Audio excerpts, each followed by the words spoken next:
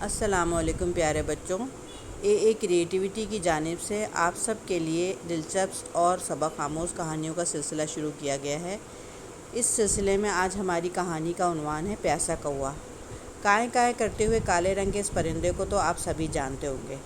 جی ہاں، آپ بالکل ٹھیک سمجھے، ہم کوے کی بات کر رہے ہیں۔ کوا ایک روز اپنے گھونسلے سے نکلتا ہے اور اپنا دانہ اور کھانا تلاش کرنا شروع کرتا ہے۔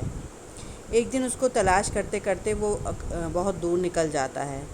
بہت تلاش کرتا ہے لیکن اس کو گھر نہیں ملتا۔ آخرکار تھک جاتا ہے اور سخت پیاس لگتی ہے۔ پانی تلاش کیا لیکن پانی نہ ملا۔ اچانک کوے کی نظر ایک پانی کے مٹکے پر پڑتی ہے۔ کوا بہت خوش ہوا، جلدی سے مٹکے پر پہنچا، لیکن یہ دیکھ کر پریشان ہو گیا کہ مٹکے میں پانی بہت ہی کم ہے اور اس کی چونچ تک پانی نہیں پہنچ پا رہا، جس کی وجہ سے وہ پانی نہیں پی سکتا۔ اس نے سوچنا شروع کیا۔ اللہ تعالیٰ نے اس کو ایک ترکیب سجھا دی۔